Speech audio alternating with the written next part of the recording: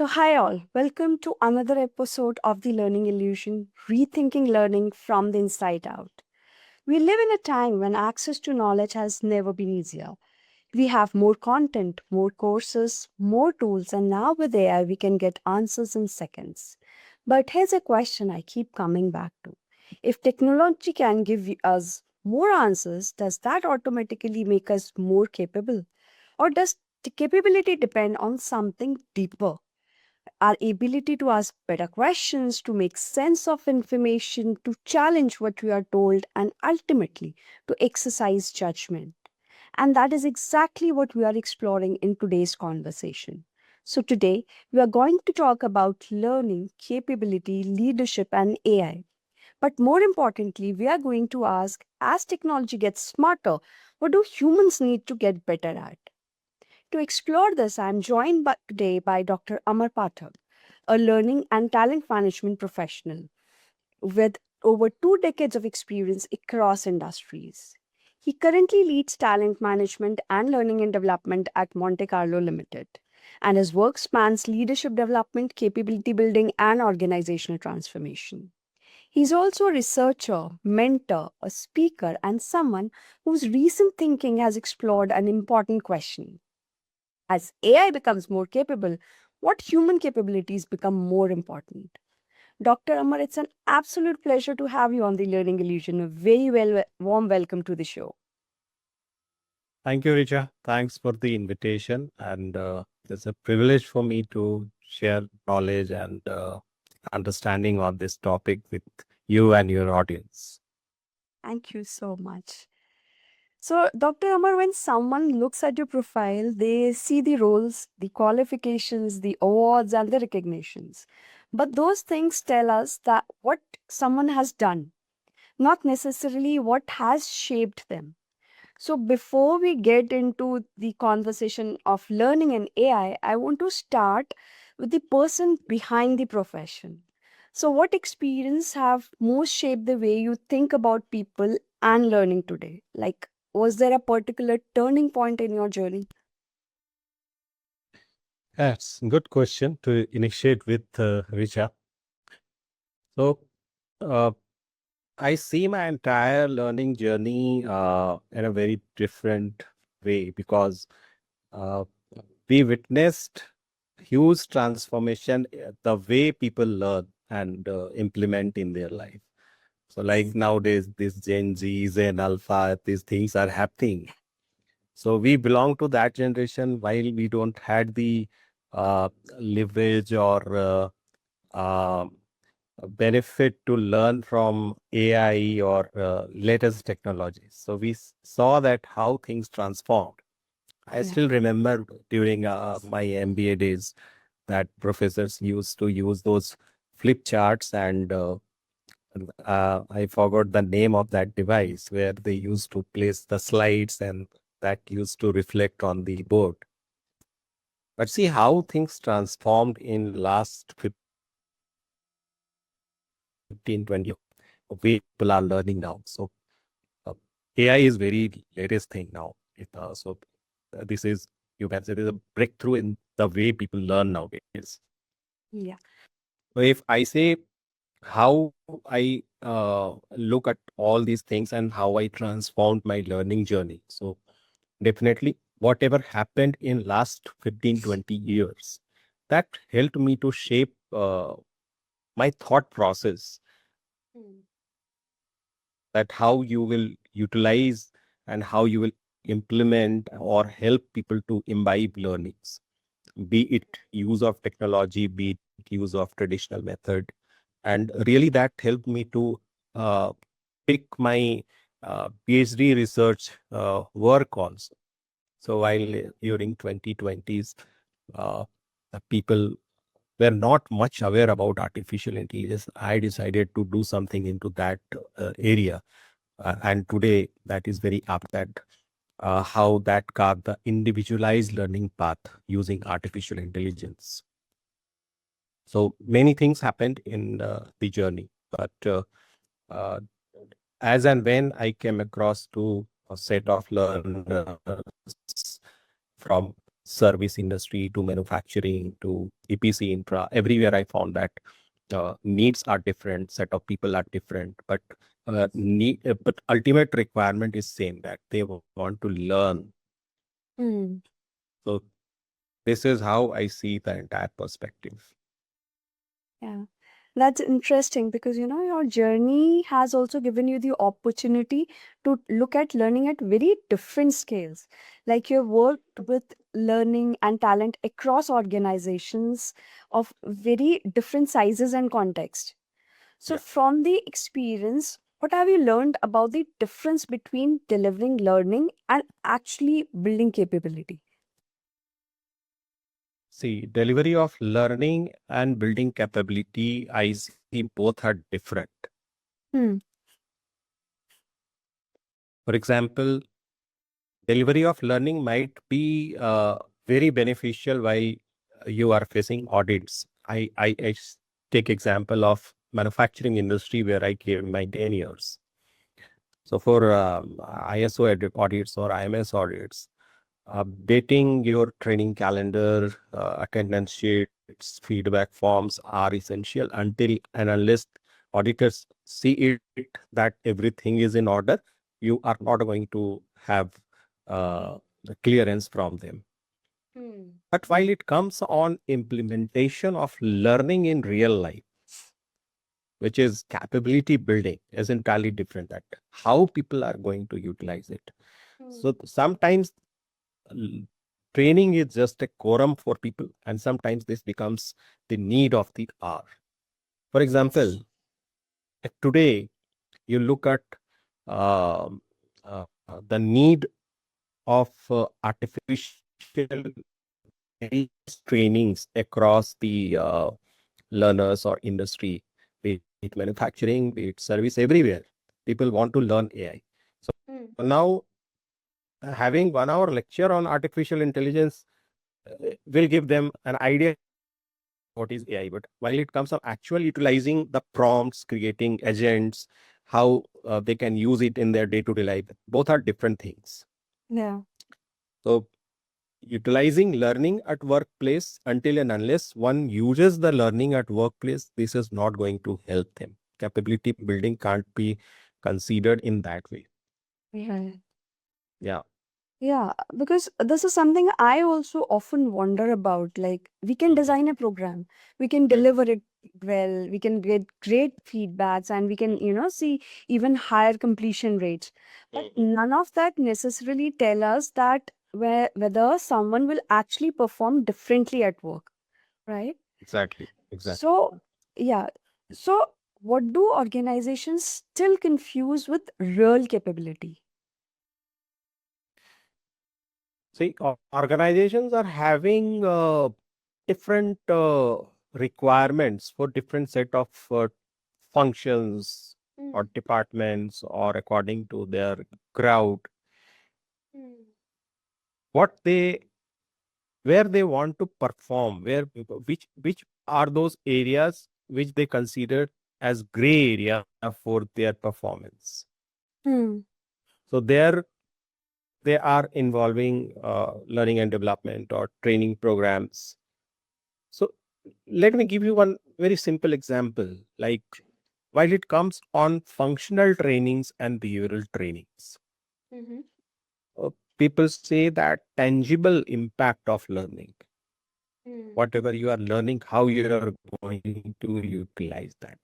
So where I'm working in the infra segment, where we make highways and railways and metros, everything related with infra, there is a technique called geotechnical aspect of uh, building your structure for highways and all.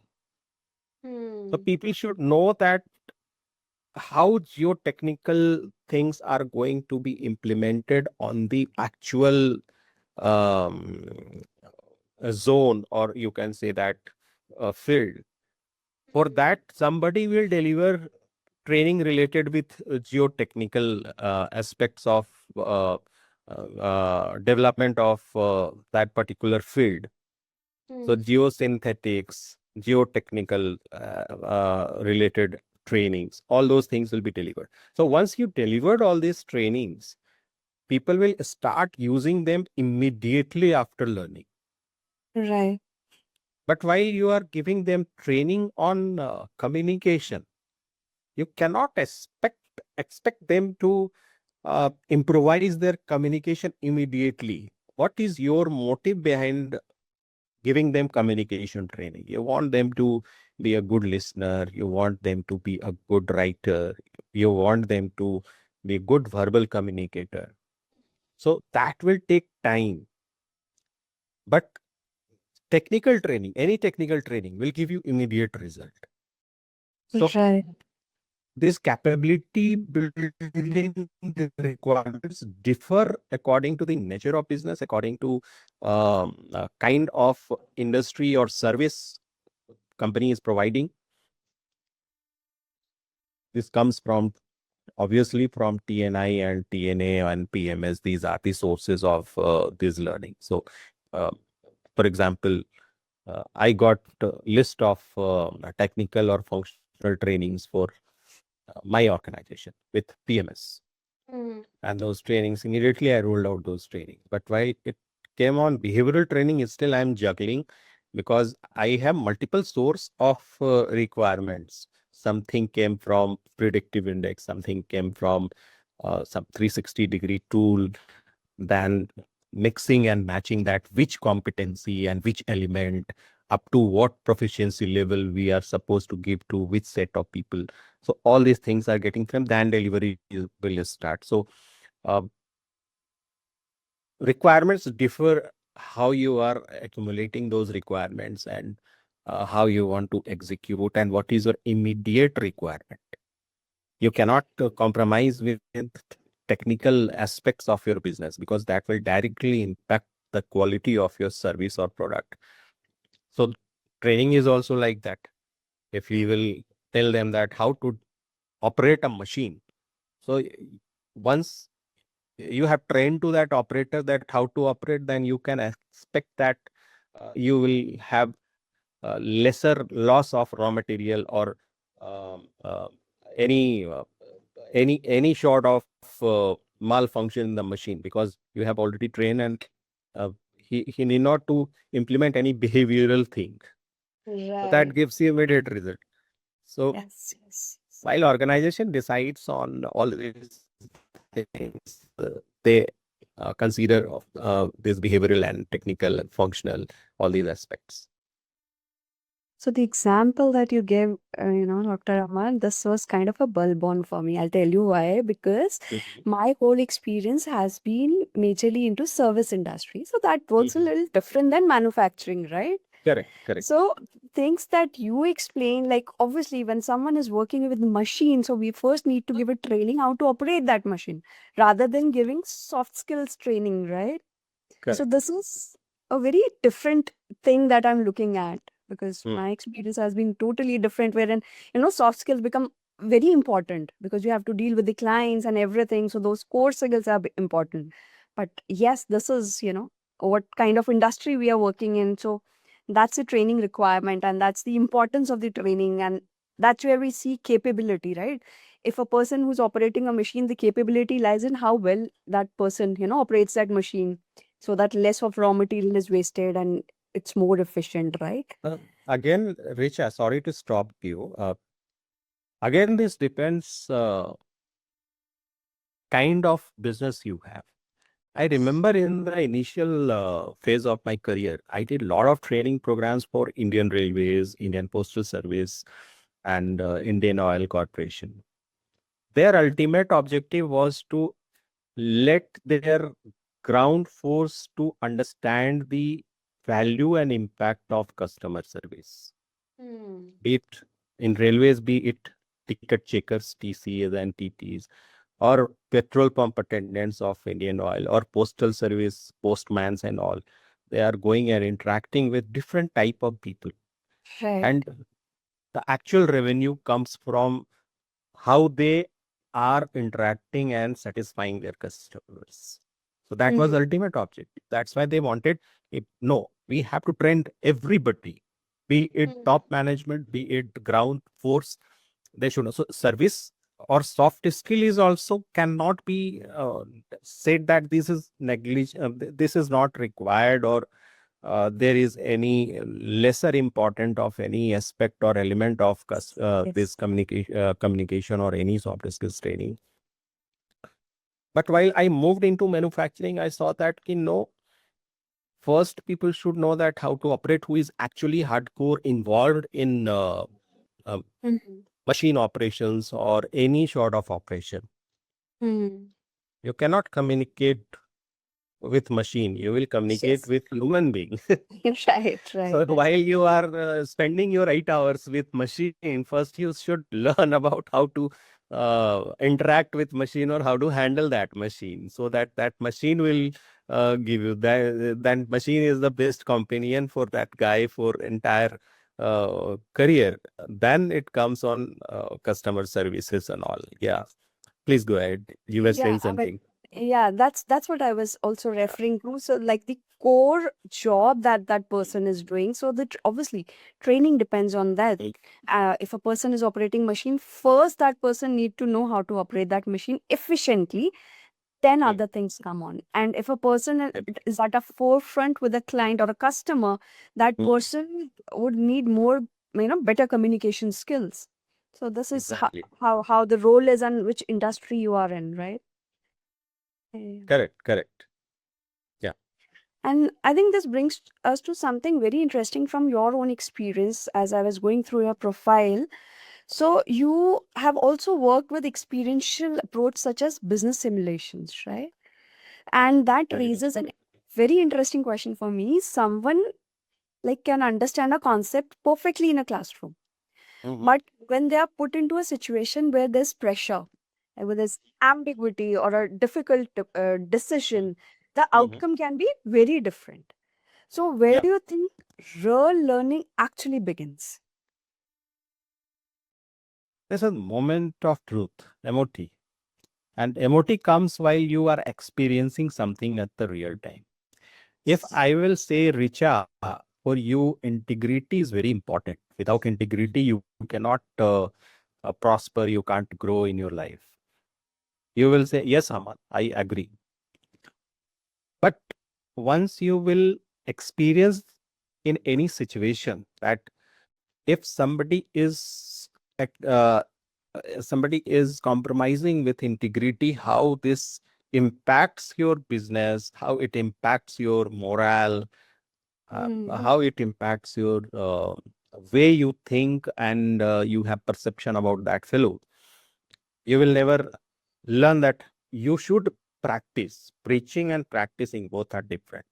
So let me give you one example related with business simulations. So I did a lot of business simulations of for Tata Steel, um, from 2005 to 2011, between 2011. Yeah, we did a lot of business simulations for them from Eagles Flight.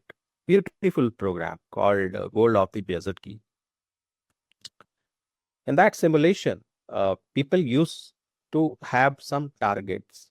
They have to go to mountain, and in between there is a desert. They have to cross the desert. They have to reach mountain and dig out as much as gold they can, and they have to safely. They are supposed to reach back to the base. Hmm. So they have different teams have resources, different resources. They have taken, somebody is having money, somebody is having capacity to carry loads with them, the ration and all in the camel and all. It Everybody used to be adult and well experienced in their life. They are doing their business, but I was surprised to see that how they used to steal the resources of other people. Even somebody reach back to their base, they used to steal their gold coins just to say that Ki, I have done that. But while we used to debrief them, and they used to come back to us with their experience, and we used to ask them that what was best, what was worse, and what you felt during the uh, game. The debrief used to be wonderful, and they used to share, I mean, actual experience Hmm. that um, we are not able to do better because we did those mistakes. Means initially Hmm. we didn't took the help of somebody you told that he can guide us, that what is going to be the weather of desert in those 7 days when it will be heat,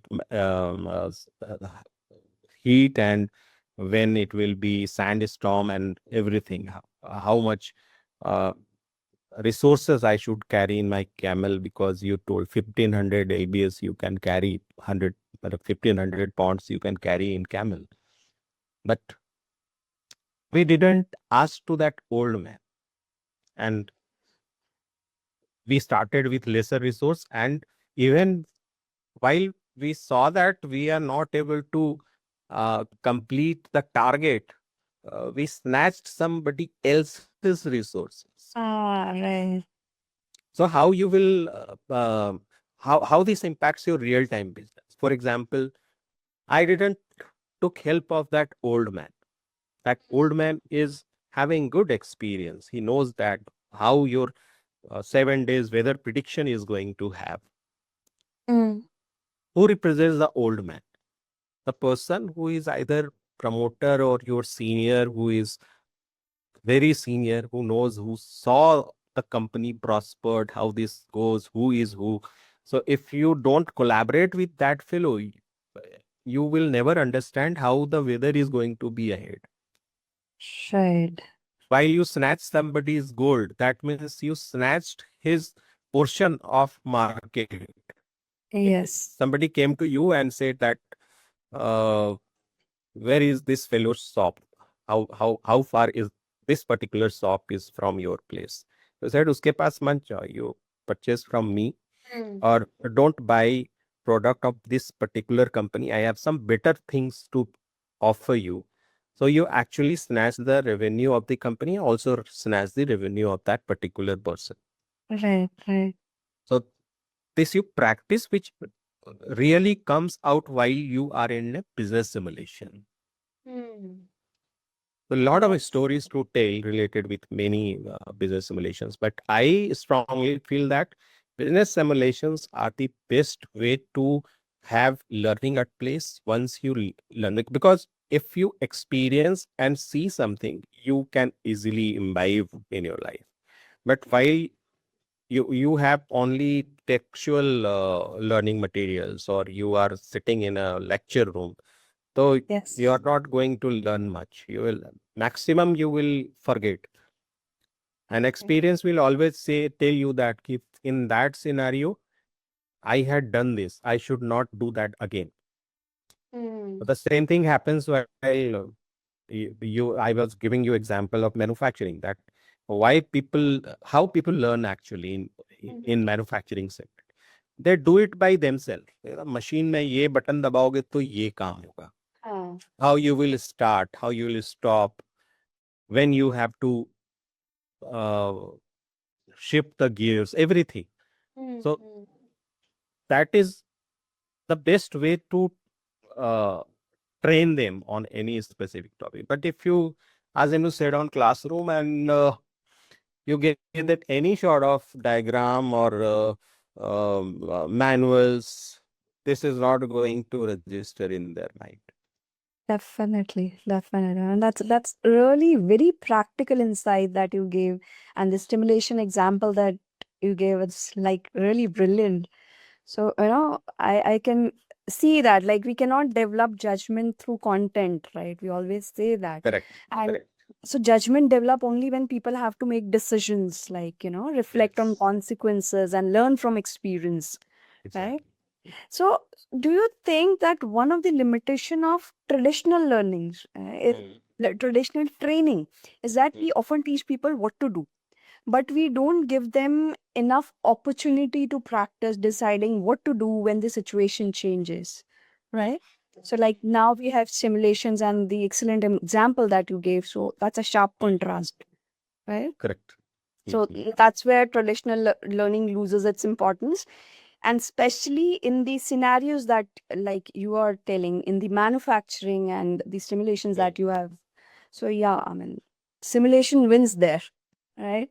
Yeah, bit in the soft skill side or behavioral skill side, this sort of business simulations, which I told you, be it Eagles Flights program or any, I'm not promoting any brand, but just from my Yeah. experience, I'm telling you, any experiential learning is always better than any traditional training.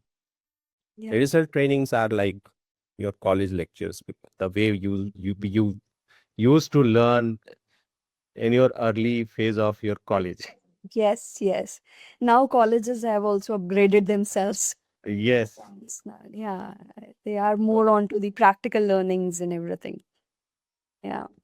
Even in schools also, these smart Yes. schools and all, Yes. they Yes. are using these simulations and all. So Right. my daughter, she is 12-year-old and studies in class 7, but she is very curious about um, space, life in seas and everything. She watches a lot of this discovery and all. But why in school, she is the first one to answer about any such question related with any planet or star or any fish. So she always said that keep uh, in classroom they have a smart classroom, so teacher used to show them audio visuals and all, so easily she identifies that what is there.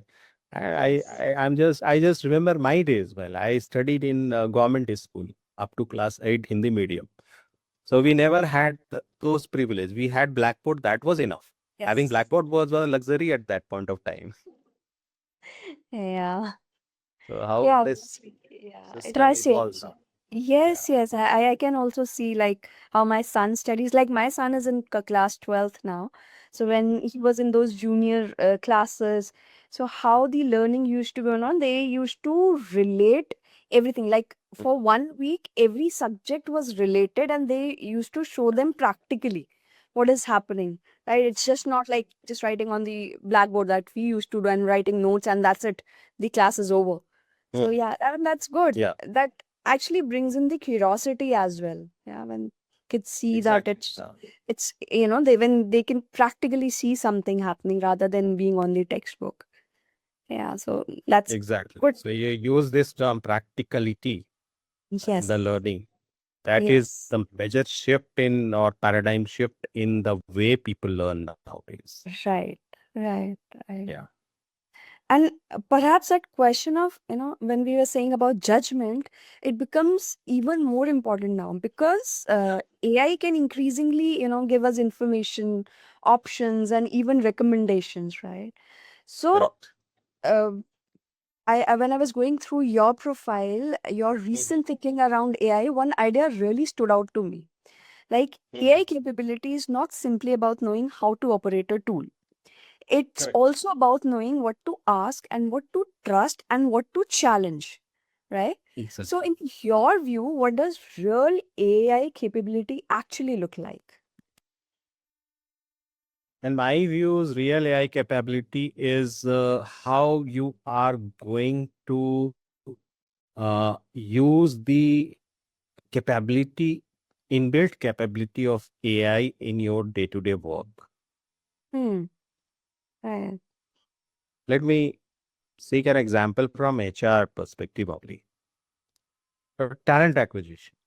So talent Mm. acquisition is very tough job for HR sector because hiring right talent, Yes. and for one hiring they need to take out lot of resumes, then they have to decide. So this AI sometime back, I saw that people are writing job descriptions through AI, and they are putting on the job portals and advertisement everywhere, and they are sourcing CVs, and then they are doing it manually. Mm. There's an interview and shortlisting or screening. Things are happening manually. Yeah. Then I suggested them, why don't you do the initial screening even using AI? Hmm. You have hundreds of CVs with you. You have beautifully designed this job description. So why don't you align this job description with CVs? You don't need to look for all 100 CVs. Just give the job description and ask AI which are the profiles actually matching the job description. So Right. the funnel will be narrower and you will get the out of 100, maybe 10 CVs, 15 CVs, which are relevant to you. Hmm. They started using it and on multiple parameters that if somebody is hiring for land acquisition, for example, then how many acres of land he acquired in his entire career. So if you look at any CV, this will be difficult for you to identify where he mentioned that I acquired 1,000 or 1,200 or 5,000 acres of land. But this job will be done by AI immediately for you. So you will have a clear snapshot, a dashboard, and also what are the chances that he will change his job. So if Yeah. you ask me as a recruiter, I will see that how many jobs he changed in recent career, in his entire career. Maybe what is the frequency? Every 2.5 year or 3 year, he's changing a job. Probably somebody, if he's there, then he will looking for change. But if somebody is sitting on his job since last 15, 20 years, probably he's in comfort zone. Right. Doesn't matter that how uh, good he is into his capabilities. You cannot expect he will move. Or the Right. extreme condition hoga, then only he will move. Otherwise, he will not. So you will have a clear picture in your screen that who out of those 15 is going to be your ideal candidate. Right. Right. So, So yeah, that's kind of human judgment, right? yeah. Once you understand it, then only you can, give that Mm. prompt to AI, and that's how it works, right? So, first, there Correct. has to be a Correct. human judgment, right? Mm. Because Correct. AI can give me an answer in seconds, and whatever I ask Yes. that, right? But if I don't have the judgment to question that answer, I don't think so that I've become more capable, right? Even if AI answers me, but I should have my own judgment, right? So, do Yeah. you think that we are at risk of creating a workforce that is becoming faster with AI, but not necessarily better at thinking? No, I have different perspective here, Richa. What I feel, they have their own understanding, on skills, or if I say in one word, human intelligence. Yes. So human intelligence always supersedes artificial intelligence. Definitely. AI, AI is always there to AI is driver where you have to go from. You have to instruct driver that you have to go to Connaught Place. Then he will take अब बहुत अच्छे से ले जाएगा without any hassle, without any jerk. uh, Driver will take you. So AI's role is like driver, that what you are looking for. So, but efficiency will be more because AI will tell you that, boss, if you want to reach within 15 minutes, take this route. If you want to enjoy the ride, you take this route. So you that will give you option. But ultimately, you have to decide, okay, you have to reach in 15 minutes or you have to reach in 15 hours. Right, right. This is how things happen. So Yeah. efficiency, definitely efficiency um, uh, grows exponentially while you are using AI. Let me give you this example only in hiring only. Earlier, people used to take weeks and months to explore these profiles or CVs. Ki job description banega, then they will source the CVs, then they will study, then they will create the summary sheet. Now all these things happens in a day, Yes. and then only thing is that how much time my hiring manager takes to interview and give the input that ki, okay, go ahead with this candidate for next level. So this is not the headache of my recruiter. This depends on how fast and quick is my hiring manager or the Yeah. person who leads. Yeah. Right. Yeah, definitely. I mean, AI helps us to enhance our productivity, right? Yes. That's definite, right? But when I'm saying the human intelligence part, which is utmost important, because AI is a machine, right? Whatever we ask and the kind of questions that we ask AI, the output will be according to that. Like when we Correct. say, we have a term like garbage in, garbage out, right? If you give a garbage prompt, it will give a garbage output. So ultimately, the judgment lies with humans, right? AI is the enabler, and it is a very productive enabler. I can feel that. I have used it multiple times for increasing my productivity, right? The things that I used to do in week, now it gives me like in 5 minutes. But Mhm. before getting that output, the input that I have to prepare, like the thinking that I have to do, that the Yeah. judgment is, again, like it's human, right? Judgment has to be Correct. human. Yes. So this brings me to a difficult question for L&D now. How do we actually develop judgment? Because teaching someone how to use a AI tool is one thing, right? Mhm. Developing curiosity, critical thinking, and decision making is something much more complex. Mhm. So, can those things really be developed through a program alone, like a training program? These skills. Skills. See, from L&D perspective, if I say AI alone cannot help you to develop those skills. Right. Again, AI can give you platform, but you have to learn by yourself as Right. a L&D person. As a L&D person, what I can do, I can tell you that this is what coming out of you. Let me drive down to this. This is a very interesting question for me. Mm-hmm. See, as a L&D person, I have set of competencies defined by organization. Somebody is having 5 competencies, somebody is having 9 competencies, 10 competencies. And these competencies are having elements. For example, communication is a competency, Yes. which I want that my employees must be good communicator. Mm-hmm.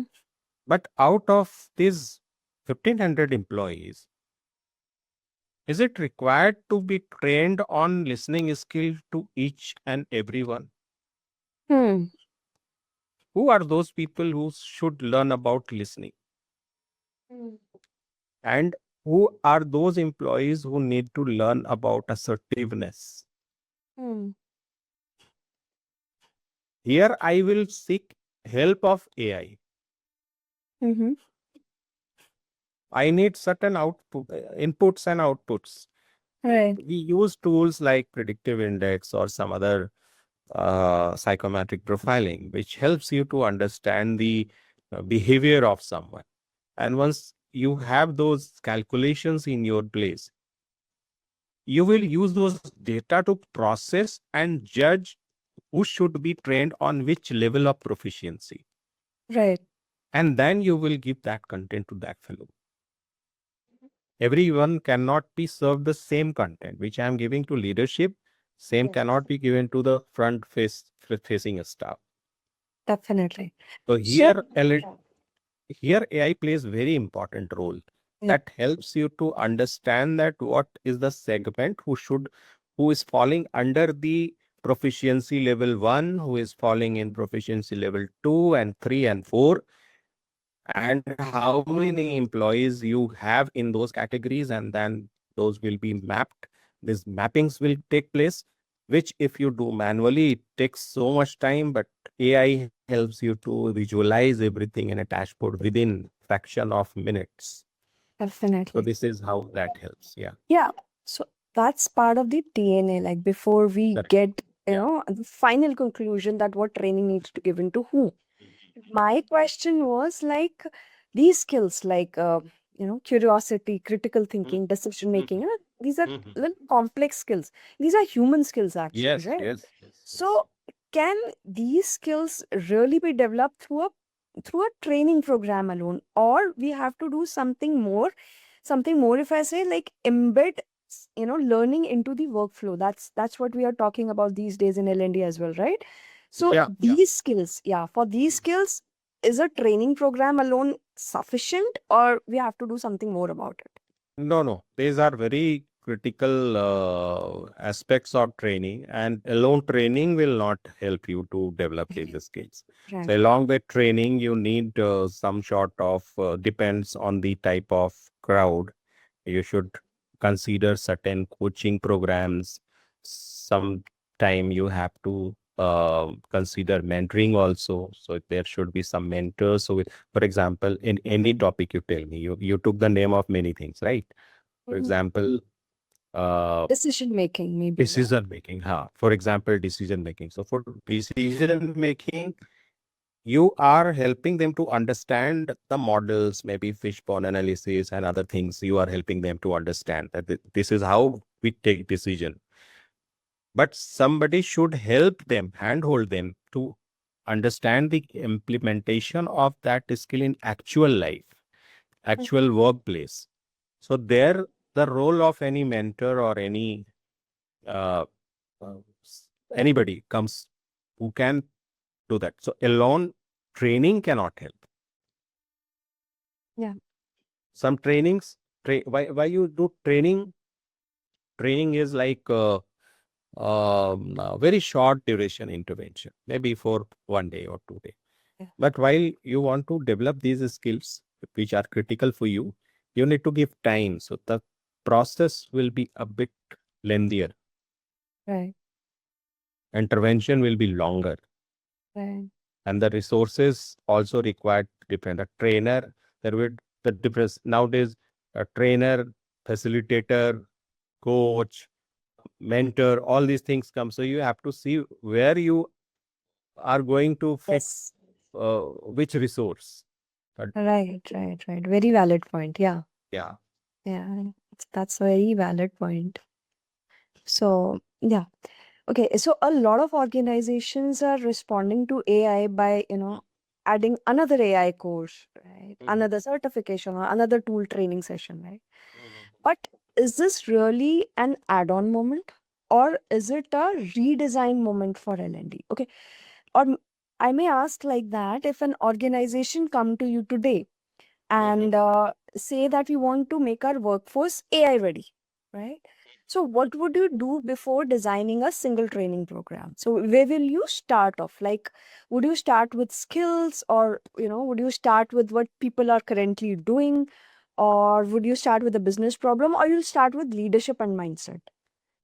I mean, what will you start No, with? always it should start with very small step. You cannot directly jump to any um, bulky training module for them that, okay, now you need to learn LLM or you need to learn about prompting and all.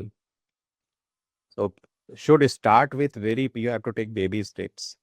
In one such event, I was talking to someone, and that time it was like, if you want to make your organization AI ready, Yeah. so you cannot ask your employees to go and learn about how to do prompting and all. Right, right. Give them some scenarios, allow them to practice, and while they came to you, you should not ask you did it. You should ask how you did it.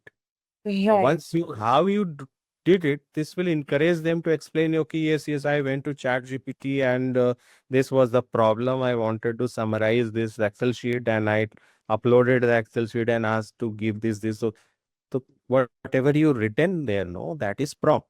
So now you learned one step, prompting is clear to you. So similarly, step by step, they will learn. So this is the way to make the organization AI ready. And I think maximum organizations, if you um, uh, exclude uh, the organization's IT sector or any top-notch organization, almost 80% of the Indian industry, they are going to the same page, be it manufacturing, service, or anywhere. So, like, if someone says, I've learned this tool, I have this output, so the story behind it, the journey behind it, Yes, how you learned is utmost important. Because I correct. think everyone is on that, journey these days. Nobody is like AI efficient, like super efficient. We all are learning. And Exactly. it is changing, like every week something new comes up. Whatever you learned last week becomes obsolete. So yes, Exactly. it's the thing that how you develop that skill, like by experimenting, by doing it again and then moving ahead. Yeah. तो वो हिंदी में एक कहावत है कि आवश्यकता आविष्कार की जननी है. Definitely. Yeah, I So agree. while you are asking them to do that, how you did it. So next time we will explore that what is best available option in this segment. So if somebody is using Chat GPT, next time he might come with you that okay, boss, this time I use Cloud. Hmm. Or why somebody who is processing any image, so he may say that ki, I learned that the image option of Chat GPT is better than Cloud A. So while you True. are using any image related work, if some graphic designer, he will always prefer that if I have to write some content, I will prefer Cloud A. But while I have to process any image, then I will prefer Chat GPT. So Right, this is right. how people learn, and because today uh, I don't feel that everything need to be trained on every aspect. You need to Hmm. tell them that the difference in the macro level, like how you are going to make agents and Hmm. your day-to-day work, how you will make the agent, that need to be trained, Right, right. that need to be told. But using prompts and requirements is not necessary. Let them learn by themselves. Like some time back, we were talking about experiential learning. So this is how experiential learning is getting involved in this area as well.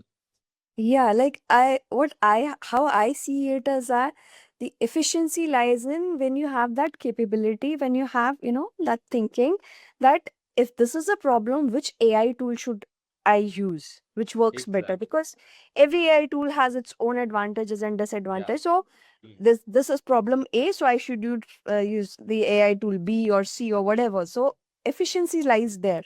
And Very true. so like if I want to develop my people, so I have to build in that thinking inside them, right? Correct. Correct. Rather Correct. than giving them 10 AI tools and say, oh, you have to practice it all, and that Mhm. doesn't make them efficient, right? And Very true. having said that, I think that takes us beyond the question of Mm. technology, and it comes into Mm. leadership. Like Mhm. traditionally we have often looked to leaders for answers, right? But Mhm. in a world where Mhm. information is increasingly available to everyone and AI can Mm. generate answers instantly, so is Mhm. the role of a leader changing? Like, does leadership becomes less about having the answer and more about helping people think better?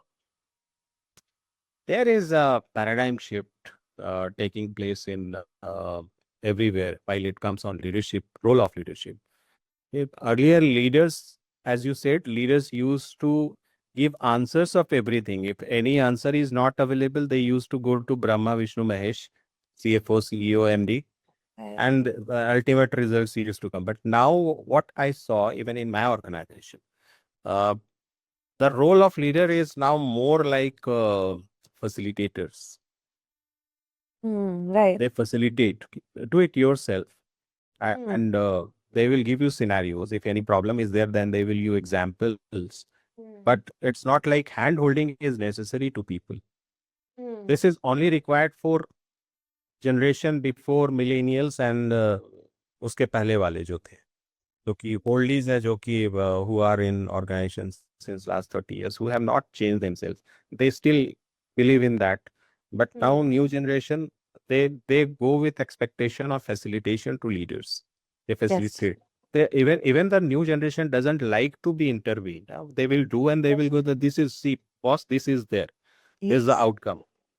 Additional, what you are looking out of it. Anything additional you require, or addition or subtraction, what is required, you tell me. We will do. Right, So that right. can help. It's Yeah. kind of a thing. You tell me what to do, how will it'll be done, I'll decide. That's how Yes. the new generation is coming up. So because I Right. have a Gen Z at home, so Mhm. I'm dealing with it day in, day out. So yeah. But that's a good thing to do, right? They are putting in their own ways. It's just not like just following the Yeah. instructions. So that's for betterment, right? Yeah, So, very true, very true. yeah. So, like coming back to leaders, what do leaders need to protect from being kind of a lost in this race of speed and efficiency? Come again, your I'm question. saying like when we talk about all this, like the leader's role in this changing world of Mhm, AI, when mhm, you just don't need an answer from leader, right? So mhm. now leaders' roles are also changing. So what do leaders need to protect from being lost in this race for speed and efficiency? Like speed and Obviously, efficiency is already there, right? yes, yes, definitely. So leaders are also human beings. Yeah. They should equip themselves with what is happening around them. They should keep up them with the latest advancement in the technology. My MD is very IT savvy person. He is IT grad in of his time.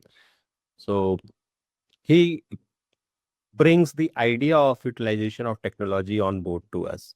अच्छा तुम वो कर रहे थे ना अभी ये वाला भी आया है जरा इसको चेक करना. Yeah.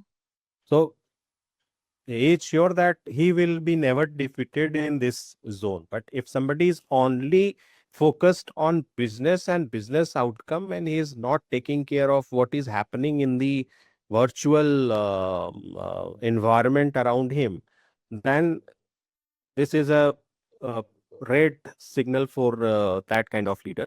But if somebody is taking care of around him what is happening, the latest updates, latest technologies, latest models around. So, see, leaders are the guiding principle for the organization. Right. So, you cannot say that leaders should not learn or leaders should not have the knowledge. They can drive the organization only when they have the capability and knowledge about everything. Why we Right. look at leader for any answer or as safeguard for any ups and downs because we expect that कि मुझे नहीं मालूम होगा तो उनको तो मालूम होगा ही. Mm. So leaders should not sit idle. They must equip themselves with knowledge whatever is happening around. Technology के बारे में पता होना चाहिए. Be it AI, be it any technology, even manufacturing. Somebody is leading manufacturing industry or say IT के बारे में ही बात करें. So in IT, even whatever is happening 1 year back, whatever services he used to give to industry, that might not be relevant. There might be any other competitor who is coming out with some very innovative idea. Right. So how to understand that what is happening? Business intelligence must be very, very strong for such people. Right. And they should equip themselves with appropriate understanding. Mm-hmm. So like being aware of what is the changings are happening, the leader might not get into the nitty-gritties, but that person should be able to give direction to the people, right? Very true. Very true. Yeah. Very true. Yeah. So that's how leaders roles are changing. They might not have answers, but they might have direction. Yes, and facilitation obviously. Yes. Yes. They can facilitate only they have those directions and they have the knowledge pool with them. If Right. they have equipped themselves. Right. Right. Very true. I mean, very, very valid point. Yeah. So, like this, this podcast is called The Learning Illusion, and the central question behind it is what are we Mhm. calling learning that may not actually be learning? Right? From Correct. everything you have seen in your career, what do you think Mhm. is one learning illusion that organizations still need to challenge? Uh, see, initially I told you that piling up files with training feedback and attendance and training calendars. This Mm. is an illusion. Having lot of data collecting through AI tools about machines is an illusion Right. nowadays in the current scenario. So collecting data about manpower or human being is equally important and analyzing those things are important. So according to me, uh, practical implementation of learning is very important. Otherwise, on the name of learning, whatever you are serving to employees, this is just a waste of time and money and everything, all the resources. Yeah, like if you have the data, how are we going to intelligently use that data? That's Exactly. You have hit the bullseye that data and data's interpretation is very important. right. Because data is available in abundance now, right? How are we utilizing that data is more important. Exactly. Because I've seen that just not in professional life, personal life as well. We have made our life in data sets, right? Everyone Mhm. has that smartwatch, how many steps I have walked, how many carbohydrates I have intake, how's my heartbeat going, how's my sleep going. I I don't buy that logic, right? Okay, fine, I'm having the data, but what am I doing with it? If I'm not doing anything, so why do we have to need had that data, right? How many steps? Like my husband recently bought a smartwatch because he started Mhm. walk, and Mhm. I've been walking like since long, and I've never used a smartwatch. And he was asking me like, "Hey, how many steps do you walk? Like, how much do you walk? I walked this much today." So what are you going to do with that today? I've been walking, that's for my health. I know I walk 1 hour, so it'll give me health benefits. Like counting the steps, Correct. what are we going to do with that data? So yeah, Very data good. is in abundance, but what are we doing with that data is also important. Just, you know, having the data is doesn't solve the purpose. Yeah. Exactly. Uh, So this is the biggest illusion in terms of training or learning, that doing training will equip you with capabilities. Capability and training both are different things. So yes, training is illusion, but capability is a reality. reality. Right, right. All right. So I want to end with one final reflection, right? Yeah. AI is giving us more access to knowledge, as we've already discussed, more answers, and more capability to do things faster than ever before. Correct. But perhaps the real question is not whether machine are becoming more intelligent, Mhm. but perhaps the question is, are we becoming more thoughtful of about how we use that intelligence? Similarly, what we said, like if you are using the Mhm. data or the intelligence, right? So Mhm. my final question to you is this: as Mhm. AI becomes smarter, what do Yeah. human beings need to become better at? Of course. My one word is of course they should. Mm-hmm. Machines will be intelligent, but ultimately you have to operate or drive that machine. So Right. you have to be one step ahead of machines, Right. and human should never stop learning and using their intelligence. So human intelligence plus artificial intelligence can be a very good combination. But if human stops using their intelligence and only relying upon AI, this is not going to help. Right. Yeah. I'll give you example here also. I'll give you example Sure. because if you have data set, you processed using data and you use any tool, be it Cloud, be it ChatGPT, but you have to check that for perfection. Hmm. If the data is processed correctly or not. Right. Any AI tool says that don't rely on the accuracy of data, 100% accuracy of data on that particular tool. So here only this is proved that human intelligence always supersedes AI. Still you Definitely. have to check. But that capability, that analytical skill must be there with human. If you don't Right. have analytical skill, you cannot see what is wrong in that result. Right. Right. Simply you will give it for publication or anything. Right. So Right. this is how I uh, feel and assume. Yeah, like you need to question back the output that AI is Yes, giving. yes.